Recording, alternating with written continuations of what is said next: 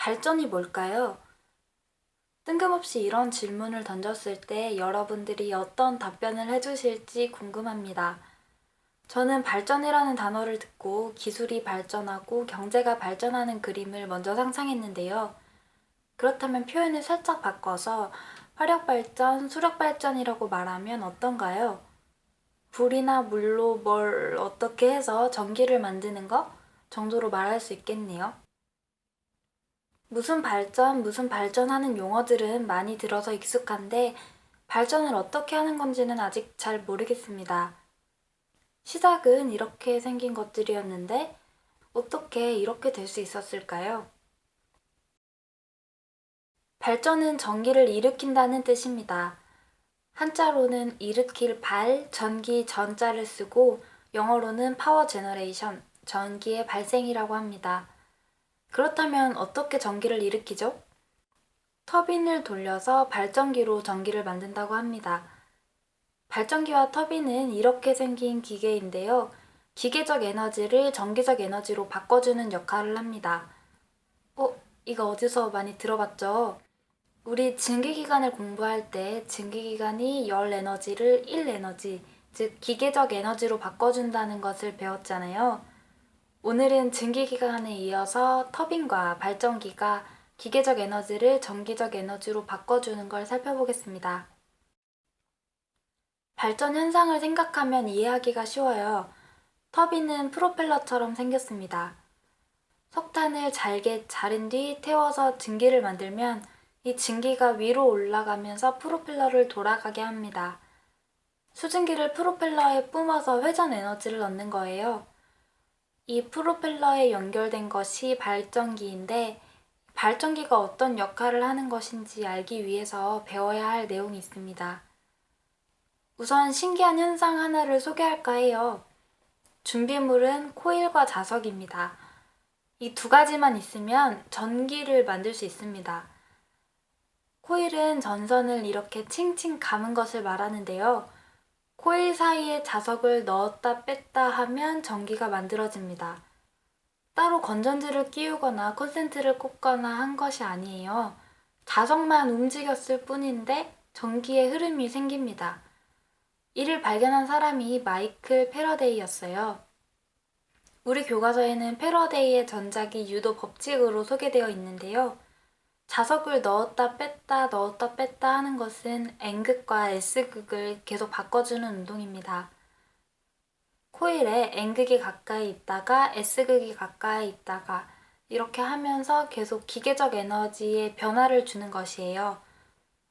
이렇게 자석의 힘에 미치는 범위를 바꿔주면 도선에 전류가 흐르면서 전기적 에너지가 발생합니다. 그런데 지금 예시로 든 이 상황은 자석도 조그맣고 코일도 아주 작아서 우리의 손으로 쉽게 자석을 넣었다 뺐다 할 수 있습니다. 이렇게 하면 꼬마 전구에 희미한 빛이 들어오는 정도의 전기를 흐를 수 있게 합니다.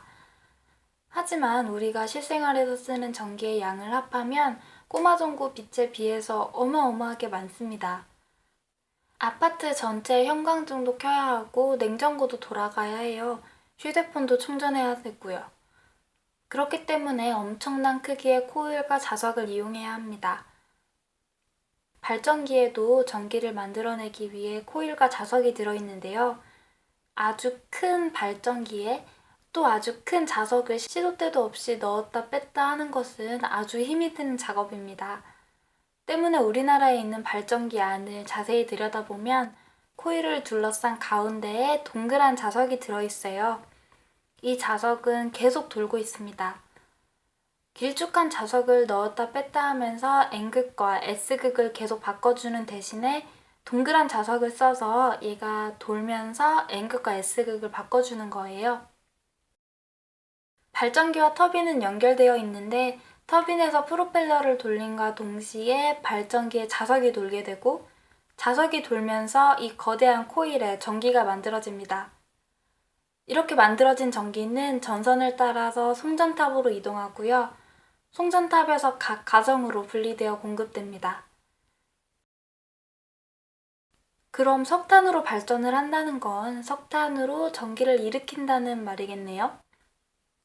다시 말해서 증기를 만들어내는 연료를 석탄으로 하고 터빈을 돌리고 발전기를 돌려서 전기를 만들어내는 것입니다. 이런 방식은 연료들을 불로 태워서 터빈을 돌릴 힘을 얻는 것이기 때문에 화력 발전이라고 합니다. 화력 발전은 우리가 현재 가장 많이 이용하는 발전 방식이기도 해요. 주로 석탄과 석유, 천연가스로 물을 끓이고 물에서 나오는 증기를 이용합니다. 그 외에도 다양한 방식으로 터빈을 돌려서 발전을 하고 있는데요. 물이 위에서 아래로 떨어질 때 나오는 운동에너지를 이용하면 수력발전, 또 태양의 열을 이용하면 태양열 발전, 우라늄의 핵분열 반응을 이용하면 원자력 발전이 됩니다. 우리나라에도 이렇게 발전소들이 아주 많은데요. 이 빨간 점들은 화력발전소의 위치를 나타낸 것입니다. 화력발전소를 세우기 위해서 바람이 많이 불어야 되는 것도 아니고 강물이 또 많아야 되는 것도 아니에요. 발전소를 지을 수 있는 조건이 덜 번거롭기 때문에 보통 전기를 바로 얻어서 쓸 수 있는 큰 도시 주변이나 산업단지 근처에 이 발전소를 세우게 됩니다. 이 노란 점들이 위치한 울진, 월성, 고리, 영광 지역에는 원자력 발전소가 들어서 있어요. 원자력 발전소는 발전할 때 냉각수가 필요하기 때문에 물이 풍부한 해안가에 위치하고 있습니다. 신재생 에너지를 이용한 발전소도 우리나라 곳곳에 있습니다. 바람이 많은 지역에는 풍력발전소, 물이 풍부한 강의 중상류에는 수력발전, 또 조차가 큰 서해안에는 조력발전을 하고 있는데요. 태양열 발전은 전국적으로 태양에너지를 잘 받을 수 있는 곳에서 행해지고 있습니다. 이런 신재생 에너지 발전은 화력발전과 원자력 발전처럼 대규모는 아니지만 작은 마을 단위의 전기 수요를 맞출 수 있는 미니 발전소 역할을 하고 있습니다.